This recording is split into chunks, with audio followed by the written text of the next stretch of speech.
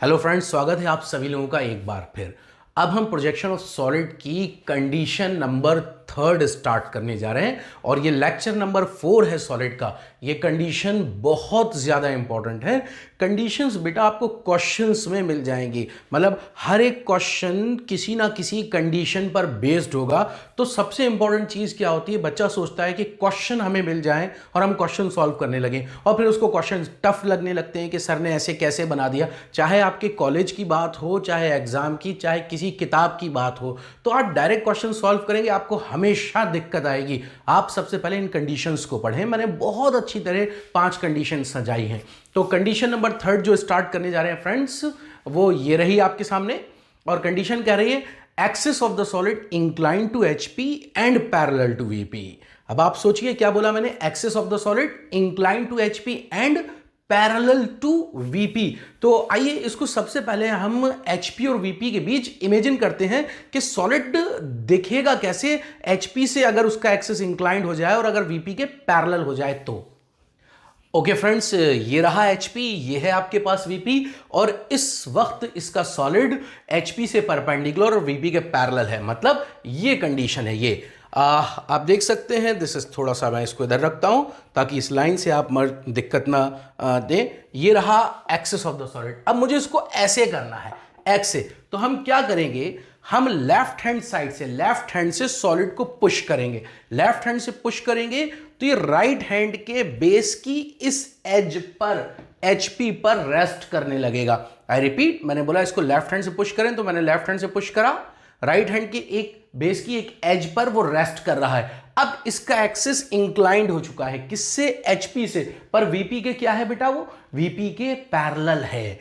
अब सवाल, बहुत इंपॉर्टेंट सवाल, बहुत इंपॉर्टेंट क्वेश्चन कि सर अब सॉलिड बनाना हम कहां से स्टार्ट करेंगे। मतलब हमने आपको एक हिंदी में लाइन बताई थी, always start draw the figure from that view where we have the true shape of base. अगर ये सॉलिड एचपी से इंक्लाइंड हो जाए इसका एक्सिस, तो अब बेस का ट्रू शेप ना टॉप में दिख रहा है ना फ्रंट में। तो हम क्या करेंगे, तो बेटा अब जब इंक्लिनेशन की बात आ जाए, एक्सिस के इंक्लिनेशन की बात आ जाए, तो फिर एक लाइन बहुत इंपॉर्टेंट है आपके लिए, जिसको मैं हिंदी और इंग्लिश में दोनों में बता रहा हूं। तो बहुत ध्यान से सुनिए।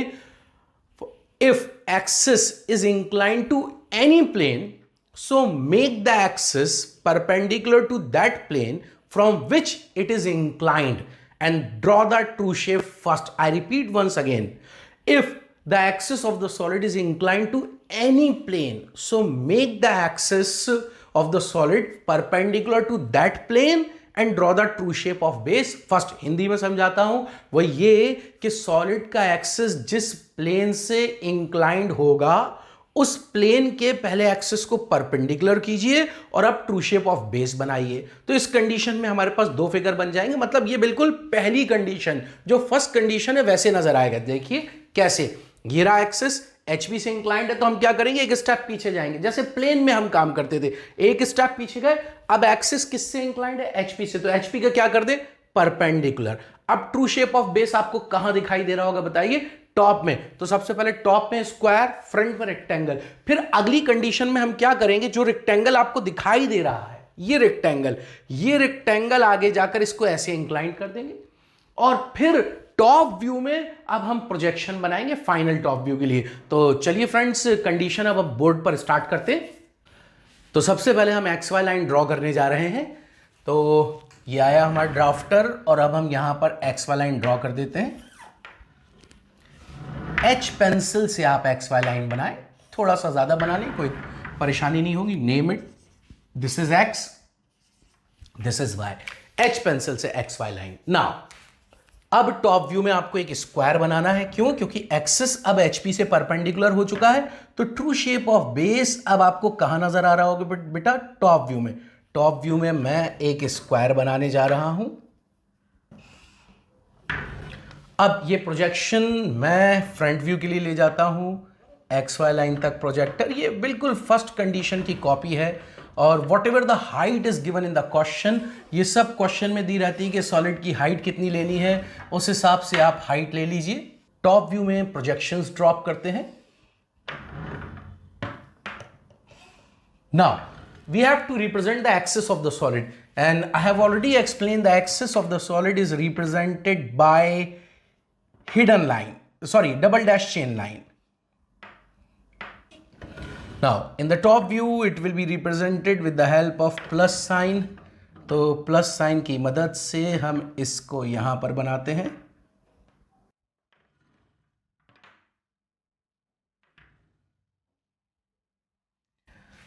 नाउ व्हाट, सबसे पहले इतना बनाने के बाद अब हम क्या करें, नेमिंग करें. तो मैं नेमिंग कर रहा हूं. This is A, it is B, C, D, E, F, G and H. अब फ्रंट व्यू में naming, this corner is A dash, this is B dash, it is C dash, D dash, E dash, sorry bracket में नहीं, E dash, F dash, G dash bracket में, H dash bracket में. अब हम क्या करें, अब हम इसको पुश करें. पुश मतलब इट शुड बी पुश. ये सिर्फ आपके रेफरेंस के लिए लिख रहा हूं. There is no need to write push. Push करना है, ऐसे पुश करना है कि ये जो कॉर्नर है, ये जिसका नाम एफ जी है, जो कि एक कॉर्नर नहीं, सोचिए क्या है वो, हम इतना पढ़कर आ चुके हैं, वो एक एज है सॉलिड की, एक एज है.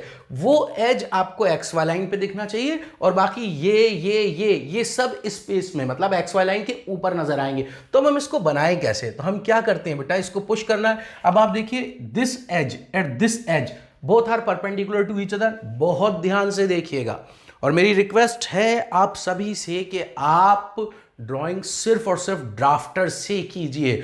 जिन भी बच्चों को प्रॉब्लम है कि ड्राफ्टर से एंगल कैसे लिया जाता है, ड्राफ्टर कैसे सेट किया जाता है, प्लीज आप इन 2 वीडियोस को देखें जिसमें मैंने बताया है कि ड्राफ्टर कैसे सेट करें और दूसरा ड्राफ्टर से एंगल कैसे ले. बिलीव मी फ्रेंड्स, अगर आप ये 2 वीडियो देख लेते हैं तो ड्राफ्टर से एंगल लेने में या ड्राफ्टर से काम करने में कभी प्रॉब्लम नहीं होगी. बहुत से लोग, बहुत से बच्चे रोलर स्केल का इस्तेमाल करते हैं. बिल्कुल भी आप रोलर स्केल का इस्तेमाल नहीं कीजिए, एक्यूरेसी नहीं मेंटेन कर पाएगा. तो आइए आगे कंटिन्यू करते हैं ड्राइंग को. तो अब आप देखिए, ये एज और ये एज एक दूसरे के परपेंडिकुलर हैं और हमारा ये जो स्केल है, this scale and this scale both are perpendicular to each other. जो भी एंगल क्वेश्चन में दिया है उस एंगल पर ये वाले स्केल को मैं यहां लेकर आया. जैसे सपोज कीजिए मैं अभी इसको ले लेता हूं 45 डिग्री, मान लीजिए क्वेश्चन में गिवन है. और अब हम क्या करें, यहां से 2 काम कर सकते हैं. या तो हाइट के बराबर लाइन खींच दीजिए या फिर सबसे पहले लाइन खींच दीजिए इस स्केल से कितनी भी बड़ी, फिर इस स्केल को यहां देखिएगा ध्यान से, इधर रखकर यहां पर जितना बेस है उतना बड़ा या फिर कितनी भी बड़ी एक लाइन ड्रॉ कर दीजिए. जैसे मैंने कितनी भी बड़ी एक लाइन ड्रॉ कर दी. अब हम क्या करें, अब हम कंपास उठाएंगे, ये रेडियस लेकर यहां कट कर दें और ये रेडियस लेकर यहां कट कर दें. बहुत आसान है. ये रहा कंपास और इस कंपास से मैं सबसे पहले हाइट मेजर करता हूं. कुछ भी मेजर कर सकते हैं, डिपेंड्स ऑन यू. मैंने हाइट मेजर कर ली तो यहां रखा और ये हाइट ये कट कर दी. अब मैं ये बेस एज मेजर करता हूं जो कि एक स्क्वायर को रिप्रेजेंट कर रही है. सुना आपने मैंने क्या बोला, ये एज एक स्क्वायर को रिप्रेजेंट कर रही है. यहां रखकर एक आर्क आपने ये लगा देना है. बाकी जो अनवांटेड लाइन है आप उसको रब कर दीजिए. तो मैं इसको यहां से ये रब कर दिया, इसको यहां से ये रब कर दिया. अब इनके पैरेलल लाइन ड्रॉ करके ड्राफ्टर टाइट रखें. बहुत इंपॉर्टेंट है, ड्राफ्टर टाइट रखें, कभी ड्राफ्टर लूज नहीं होना चाहिए. अब ड्राफ्टर के इस स्केल को यहां लेकर आए और यहां लाने के बाद इसके जस्ट पैरेलल एक लाइन ये ड्रॉ कर दी और इसके पैरेलल इस स्केल से, इस स्केल को मैं यहां लेकर गया. यहां ले जाने के बाद इस स्केल से एक लाइन मैंने ये ड्रॉ कर दी और जैसी लाइन ड्रॉ करी तो मुझे पता चला कि ये लाइन थोड़ी छोटी थी. मैंने प्रिकॉशनरी छोटी ही ड्रॉ करी थी. अब मैं ले जाकर इसको यहां पर मर्ज कर देता हूं, लाइन को एक्सटेंड कर देता हूं. ये मैंने कर दिया. Axis represented by double dash chain line in the centre. तो मैं सेंटर में एक्सिस को डबल डैश चेन लाइन से डिनोट कर देता हूं. ये रहा हमारा एक्सिस और whatever the angle is given that should be represented here, हम उसको यहां पर रिप्रेजेंट करते हैं इनवर्ट और आउटवर्ड एरो के साथ. नाउ नेमिंग, सेम नेमिंग जो यहां है वही नेमिंग मैं वहां करूंगा. Now we have to project these points in the top view and we have to draw the parallel line parallel to xy line from here. And we have to draw final top view. तो आइए final top view बनाते हैं। Drafter को XY line के parallel set कर tight कर दें। बहुत ध्यान से देखा करें बेटा वीडियो को, बहुत ध्यान से। कुछ बच्चे आगे स्किप कर देते हैं, गलती है आपकी, बिल्कुल आप ध्यान से देखें। तो मैं क्या करता हूं, यहां पर ये लाइन पैरेलल, इस लाइन को यहां पर ये पैरेलल, अब ऊपर से परपेंडिकुलर। देखिए ड्राफ्टर कितना इंपॉर्टेंट चीज है कि आपको एक बार सेट करना है और पैरेलल परपेंडिकुलर लाइंस आप बहुत आराम से ड्रॉ कर सकते हैं। ये रहा। अब देखिए एक्सिस अगर रिप्रेजेंट करना है तो इस प्लस से लेकर चलिए आप, और बिल्कुल ये सब 2H से होना चाहिए, मतलब बहुत लाइट। मैं चाहूं तो और लाइट बना सकता हूं लेकिन आपको दिखाई नहीं देगा। तो यहां से ये एक्सिस का पॉइंट इधर, तो एक plus, 1 plus should be here, एक प्लस यहां आ गया। और यहां पर, यहां प्लस बनाने की जरूरत नहीं है आपको, सिर्फ आपको दिखा रहा हूं मैं। यहां पर ये पॉइंट नहीं है, एक्सिस एक अब इतनी बड़ी एक लाइन है, यहां पॉइंट नहीं, पॉइंट होता तो हम प्लस लगाते। नाउ अब हम क्या करें, पॉइंट्स की नेमिंग करते हैं।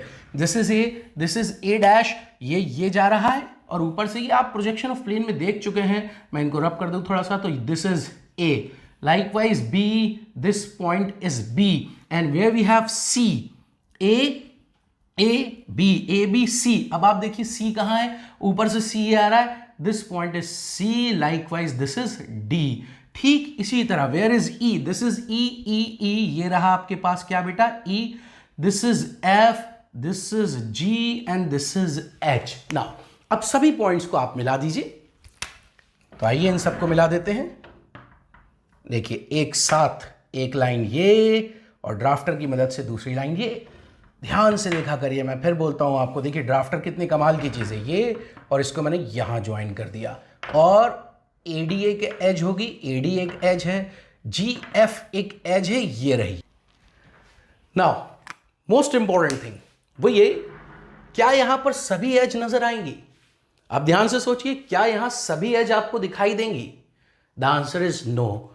यहां पर कोई एज हिडन होने वाली है। हिडन लाइन वो लाइन जो है तो पर दिखाई नहीं दे रही। जैसे फॉर एग्जांपल एक बार सॉलिड आपकी आंखों के सामने लेकर आते हैं, ये रहा solid. Now you are observing, this is the top view, you are observing from top. आप टॉप से देख रहे हो, तो ये तो कितनी एज है टोटल? 12।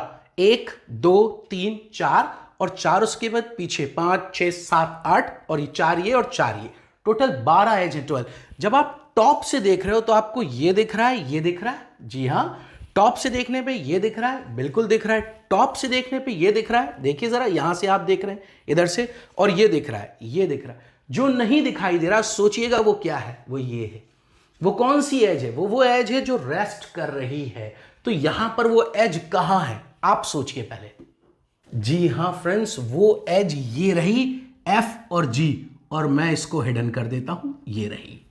अब हो सकता है सवाल पैदा हो कि कुछ बच्चे सोचें, जो बिल्कुल बेस से पढ़ रहे हैं, मैं उनकी बात कर रहा हूँ, सभी बच्चों के लिए नहीं। सर हम कैसे इमेजिन करेंगे, हम कैसे फिगर लेकर आएंगे अपनी आंखों के सामने? कुछ मज़ेदार ट्रिक हैं, लास्ट कंडीशन में तो आपको मज़ा आ जाएगा। बहुत अच्छी ट्रिक मैं आपको सिखाऊंगा। बिल्कुल हिडन लाइन आप ऐसे बनाएंगे, ऐसे। लेकिन अभी यहाँ पर देखिए, आप कौन सा व्यू देख रहे हैं? टॉप। कहाँ से? ऊपर से। तो सपोज कीजिए कि आप यहाँ से देख रहे हैं, मैंने एक एरो बना दिया। अब आप सोचिए, ये ऑब्जर्वर है, इस ऑब्जर्वर को ये पॉइंट दिखेगा, ये पॉइंट दिखेगा, ये पॉइंट, लेकिन इस ऑब्जर्वर को जो पॉइंट नहीं दिखेगा, FG, जो नहीं दिख रहा है, बस वही हिडन है। सिंपल, बहुत ज्यादा आसान है। तो फ्रेंड्स, ये थी हमारी कंडीशन नंबर 3। अब हम अपने नेक्स्ट लेक्चर में मिलेंगे और अब हम बात करेंगे इसके बाद नेक्स्ट कंडीशन की, जो कंडीशन नंबर 4 होगी, जो इसकी अपोजिट होगी। Thank you friends.